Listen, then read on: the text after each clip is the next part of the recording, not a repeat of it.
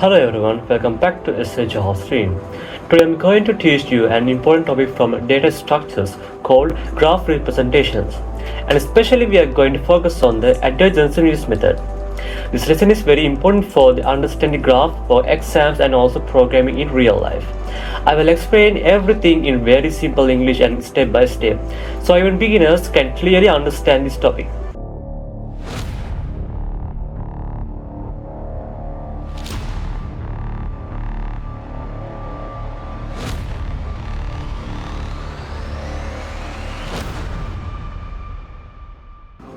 Before we talk about adjacency lists, we must first understand what is a graph is. A graph is a data structure that is used to represent relationships or connections between different things.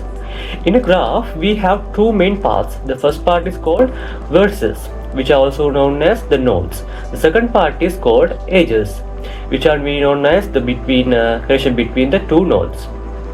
Whenever we want to show how things are connected to each other, we use a graph. For example, think about cities connected by roads. Each city is a node and each road is an edge. Think about people connected to social media. Each person is a node and each friendship is an edge.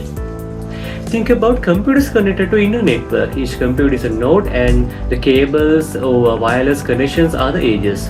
All of these examples can be represented using the graph. Now, the next important question. How do we store a graph inside a computer?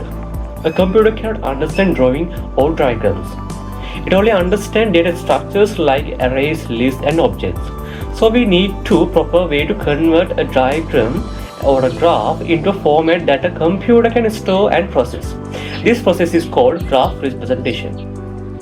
There are two main ways to represent a graph in memory. One is called adjacency matrix and the other one is called adjacency list. In this video, we are not focusing on the adjacency matrix, but we are only focusing on the adjacency list, and we will understand fully and clearly. Now, let us understand what an adjacency list is. An adjacency list is a method of representing a graph where each vertex stores a list of vertices and directly connected to it. The word adjacency means being next to or connected. So in adjacency list, every node keeps the list of its neighbor nodes. Instead of storing all possible connections, it is storing only the connection that actually exists. To understand this clearly, let us imagine a simple graph. Suppose we have four nodes named A, B, C and D. Now let us say that node A is connected to node B and node C. And then the node B is connected to node A and node D. So the node C is only connected to node A and the node D is only connected to node B. This is our graph.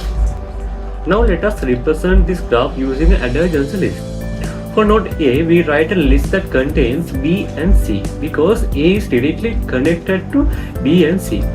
For node B, we write a list that contains A and D because B is connected to A and D. For node C, we write a list that contains only A. For node D, we write a list that contains only B. This is called the adjacency list representation. So when we look at the adjacency list, we can clearly see the neighbors of each node. If we want to know which nodes are connected to A, we just look at the A's list. If we want to know which nodes are connected to B, we just look at the B's list. This makes it very easy to understand the relationships in the graph. Now let us talk about the types of graphs. So there are two main types of graphs, undirected graphs and the directed graphs. In an undirected graph, if node A connected to node B, then node B is also connected to node A. This connection works both ways. For an example, a normal road between two cities in undirected because you can travel in both directions. In an undirected graph, when we create the adjacency list, we can store the connections in the both nodes. That means if A connected to B, we add B to A's list and also add A to B's list. In a directed graph, the connection works only in one direction. There is an edge from A to B. It does not mean there is an edge from B to A, right? So, and they have good example. it is equal to one we wrote or following someone in social media. In a direct graph, we store the connection in only one list. So if A points to B, we add B to A's list, but we do not add A to B's list. Now let us understand how adjacency lists are actually stored in memory. Usually we use an array or a list of where each index represents a vertex. At each index, instead of storing a single value, we store a list. This list contains all the vertices and all are connected to particular vertex. So in simple words, it is a list of lists. For some example, if we number nodes as 0, 1, 2 and 3, then index 0 might store a list containing 1 and 2. And then index 1 might store listing containing 0 and 3. Then the index 2 might store listing containing 0 and index 3 might store a list containing 1. This structure allows us to store only the necessary connections without any wasting memory. Now let us talk about why adjacency list is important and useful. One big advantage of adjacency list is uses less memory. We store only the edges that actually exist in the graph. If a graph has too many nodes but very few connections, adjacency is very efficient. That type of graph is called sparse graph, and adjacency list is the best choice for that graph. Another advantage of adjacency list is that it's very easy to find the neighbors of a node. If we want to visit all nodes connected to a particular node, we just go through a list of it. This is very useful for in the graph traversal algorithms like BFS and DFS, which we learn in future lessons. However, adjacency list also has some disadvantages. One disadvantage is that checking whether a specific edge exists between two nodes takes more time. We must search through the list to find the connections. This is slower compared to the adjacency matrix, where we can check the connection directly using an index. Also, adjacency list is slightly more complex to understand the beginners because it uses list in the list. Now let us compare adjacency list with adjacency matrix in simple terms. Adjacency list saves memory and it is best for the graphs with fewer edges. Adjacency matrix uses more memory but allows faster edge checking. In real-world applications, adjacency list is used for more often because the most real graphs are sparse. I think you already remember what is a sparse graph. To make this even more clear, think about the social media application.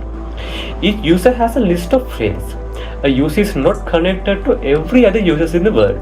So storing a full matrix will waste a lot of space. So instead, each user is not only their friends list.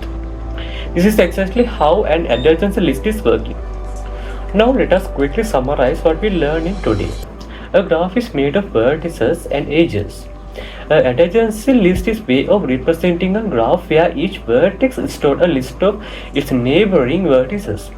It uses less memory, works very well for sparse graphs, and helps to easily find the connected nodes.